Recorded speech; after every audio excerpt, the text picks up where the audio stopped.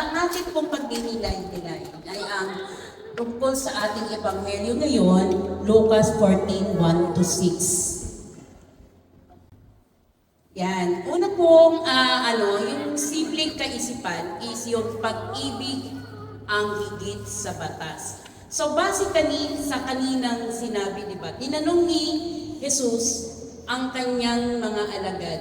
Di ba? Naimbitahan siya sa isang handaan, sa isang pagtitipon. So parang, di ba, meron pong merong may sakit.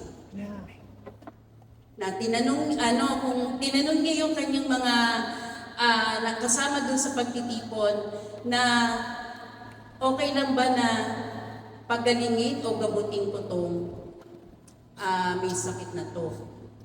Walang sumagot. Kasi alam nila, itinuri ni Jesus na ang kabutihan at awa ay mas mahalaga kaysa sa mahigpit na pagsunod sa mga patakaran. Tama po ba na pag halimbawang dati-rati noon sa ating sa opisina, pagdating ng 12 o'clock, lunch break, lahat ng offices naka-off. Patay ang ilaw, patay ang nila kasi pamamahinga nila yon. Pero ngayon po, noon break na. Parang nagkaroon sila ng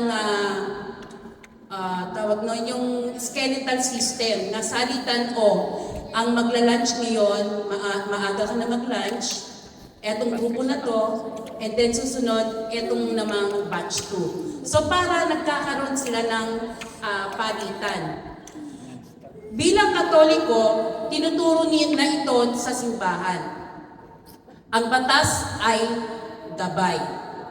Ngunit ang puso ng Kristiyano ay ang pag-ibig o yung tinatawag nating caritas. Narinig niyo na po ba yung salitang caritas? Ako narinig ko po yung sa simbahan ko, doon sa radyo. Tapos may caritas, nakita ko sa San Roque. Ano po ba yung caritas? So yun po yung sa pag-ibig. Then, next po, ayan, yung sa patakaran. Then, yung pangalawa po, ang Sabat ay para sa tao, hindi laban sa tao. So, okay lang na pagalingin o bigyan ng ginawa ng Diyos ang araw ng pamamahinga, katulad nga ng sinabi sa groupings natin kanina, para makapagpahinga at mapalapit sa Kanya. Katulad ng ginagawa natin pag every Sunday. Di ba po, nagsisimba tayo every Sunday. Pero yung iba naman po na maluwag-luwag sa kanilang oras, everyday nagsisimba po sila. So hindi sinabi na pag Sunday pahinga, hindi ibig sabihin nun, pahinga ka din kay Lord. Hindi, dapat po, nagsisimba ka. Yun yung time mo para mapalapit sa Kanya. Hindi para maging hadlang sa paggawa ng mabuti. So katulad ng sinabi kanina sa Biblia, maganda naman po yung hangarin kasi gustong ni Jesus na mapagaling yung taong may manas. Pero sa atin naman po, sinasabi naman po, pag Sunday naman po, by appointment ang mga doctors. Then, ang tunay na kabanalan ay may puso. Tunay na kabanalan ay may puso. Tulad ng mga Pariseyo, madali tayong maging abala sa tamang paraan ng pagiging relihiyoso, pero nakalimutan natin ang taong nangangailangan sa tabi natin. Katulad lang po ng napagbahagi na natin kanina, na yung katabi mo, baka kailangan niya ng kausap. Tayo na mismo yung nag-o-offer ng help para sa kanila. Then, si Jesus ay nagpagaling, hindi Hindi dahil bawal. Di ba po, tinanong nga niya yung mga kasama niya sa pagtitipon. Linggo ngayon, okay lang ba na gamutin ko yung taong may sakit, may manas? Pero sinabi sa Biblia, kung nangyari yung katulad nun, si Brother Pipito. Si Brother Pipito, alam natin, nagbabiyahe ng tricycle. Walang pahinga si Brother Pipito. Katulad nga sinasabi ko sa mga students ko, paano kung halimbawa ang mga magulang nyo, ang tatay nyo ay isang driver. Pag nasira ang sasakyan na kanilang ginagamit, wala kayong kakainin. Kaya dapat pahalagahan niyo yung ginagawang sakripisyo ng kanilang paghihirap. Katulad nga ng sinabi ko, hindi pa rin nakakalimot ang mga taong katulad ni Brother Pipito. Pag Sunday yan, alam na natin, Sunday yan, nagsiserve yan dito. So, then after niya mag-serve, tama po ba Brother Pipito? Biyahe na naman. Siyempre, kailangan, yun po ang nature ng kanyang paghahanap buhay. Si Jesus ay nagpapagaling hindi dahil bawal, pwede kundi ito ang tama at makatao. Ibig sabihin, yung ginagawa o yung pinapakita ni Jesucristo ay isang mabuting pagpapakatao. So, ang tunay na kabanalan ay hindi nakikita sa dami ng ating dasal o ritual, kundi sa ating kakayahang magpakita ng awa kahit kailan. Kung may pagkakataon po tayong tumulong, huwag maghintay ng oras. Ang oras ng kabutihan ay laging ngayon. Hindi, ay bukas na. Ay sa ibang ano na lang. Sa ibang araw na lang. Kaya nga, nandito, marami tayo, may mga gawain tayo. Katulad nga ng sinabi ni Sister Pat kanina. Huwebes, Santa Clara. Friday, San Lorenzo. Saturday, prayer meeting sa bahay nila, sa anak nila ni Sister Remy. Sunday, seminar. So, ang paggawa o yung wala yun sa pagod, wala yun sa ano, kasi meron tayong natututunan. Meron tayong, ang balik naman nun sa atin ay malaki. Yung worth it naman po yun eh. Tsaka parang nakaramdam po ba tayo ng pagod nung nagawa natin yung Huwebes, Biyernes, Sabado, Linggo?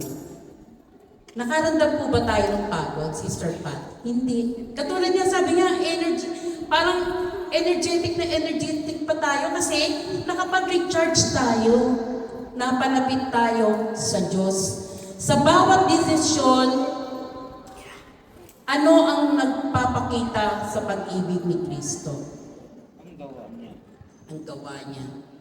Tsaka po, ang araw ng pamamahinga, di ba yung tinatawag na Sabat o Linggo, ay para sa Diyos at sa tao.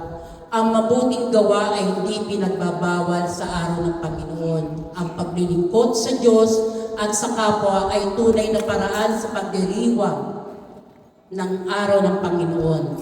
Itinuturo ng simbahan sa araw ng pamamahinga ay hindi dapat maging dahilan para tumigil sa paggawa ng mabuti.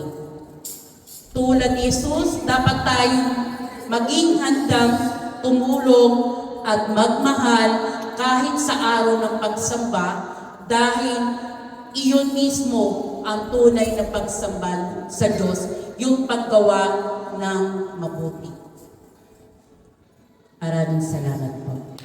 Tandaan po natin, ang pangilin o ang araw ng kapahingahan ay sino ang lumikha? Yes, Lord. Ang Diyos, no? Ang Diyos ang gumawa ng araw ng kapahingahan para sa kanyang sa kanyang mga lingkod, sa kanyang mga anak. Bakit ba, no? Para magkaroon ng pagkakataon ang mga tao na mapalapit sa Panginoon. Amen? Yung pagpapalapit na yun, tama yung sinabi si Sister Leia, na yung paggawa ng mabuti. Pero yun mo, 6 days, di ba? 6 days kang magtatrabaho. 6 days kang abala sa mga ginagawa mo araw-araw. At yung isang araw na yon, yun yung ibibigay mo para sa Panginoon. Hindi lang para sa Panginoon, para sa iyong kapwa na ikaw ay nagnanais na gumawa ng mabuti sa iyong kapwa. Amen? Kaya huwag po natin palilibanin ito. Di ba? Doon sa theology na pinag-aralan natin, di ba? Ang tanong natin yung ikapitong araw, ang sabi, di ba, gumawa ang Panginoon. First day, second day, third, fourth, no? 6 na araw na gumawa ang Diyos. Lumikha siya ng iba't iba sa bawat araw. Yung tala, di ba? Yung tubig, yung halaman, ginawa niya lahat yan. Ikapitong araw, siya ay nagpahinga. Tanong, napagod ba si Lord? Hindi po. Kaya siya nagpapahinga? Kaya siya gumawa ng araw ng kapahingahan? Napagod ba si Lord dahil doon? Hindi. Yun po ay ginawa niya para sa tao, para sa pagpapabanal ng tao. Okay? Yun yung sa theology natin, pagpapabanal ng tao na kung saan, ano ba ang nagpapabanal sa atin? Una, yung pagsisimba natin, di ba? Yung pagbibigay ng papuri sa Panginoon, which is yung Mass is the highest form of worship. And then after nun, isa sa buhay. Ganun din po tayo dito, attend tayo ng prayer meeting at yung ating narinig, napakinggan, yun po ay isa sa buhay natin. At yun po yung tinatawag na pagpapabanal. Ibig sabihin, yun po yung nadadagdagan sa atin para magkaroon tayo ng puso. No, nakakatuwa yung sula niya. Pag-ibig ang higit kaysa sa batas. Diba? Hindi gumawa ang Diyos ng batas para sa batas. Para tayo ay pagmalupitan. Para tayo ay pahirapan. Kundi gumawa ang Diyos ng batas para may kalakipian na pag-ibig sa kanyang mga anak. Ayan, ha? So, yun po yung madadagdag natin. At the same time, ang history po ng kapahingahan nagsimula sa Panginoon, kay Yahweh, and then sa mga Israelita. No, akala nila, pagka sinabing pahinga, kung ang Sabbath day na sinasabi nila is Sabado, Friday pa lamang po, niluluto na nilang lahat ang pagkain nila para sa araw ng Sabado. Naglalaban na po sila, Sister Jane, ng araw ng Sabado, ng Biyernes. Para Sabado is walang gagawin. Nandun lamang nakahinga, nagpapahinga, resting talaga. No? At nakakatuwa, yung sinabi ni Brother Pipito na binigyan ng Panginoong Jesus ng kapahingahan yung taong may sakit. Kapahingahan saan? Kapahingahan sa karamdaman. Tama po yun. Kasi nga, pag-ibig ang ibinibigay. No? Pag-ibig ang mas higit kaysa doon sa batas. Talagang noong panahon ng mga Israelis, very strict sila. Pagkapahinga. Kaya nga ang tanong ng Panginoong Jesus doon is, kung sakali na yung anak ninyo, di ba, nahulog sa balon, yung inyong baka na ginagamit sa panghanap buhay, nahulog sa balon, hindi nyo ba yun kukunin? Araw ng kapahingahan yun. Kailan nyo kukunin? Pagkatapos na ang araw ng pahinga. Susunod sa Lunes na. Yung Lunes na yung patay. Patay na yung baka mo. Wala ka nang gagamitin pang araw. Diba? Yung anak mo, nagdi-deliryo na sa taas ng lagnat, no? Sa init ng katawan niya. Kinukumbulsyon na, hindi mo mabaya. Dadalhin sa manggagamot, sa doktor, sa ospital, para iyong mabigyan ng gamot So, syempre, nandun lagi yung pag-ibig. Yung paggawa ng mabuti, laging kalakip doon na may pag-ibig. Sabi nga ni Pope Francis, mercy and compassion.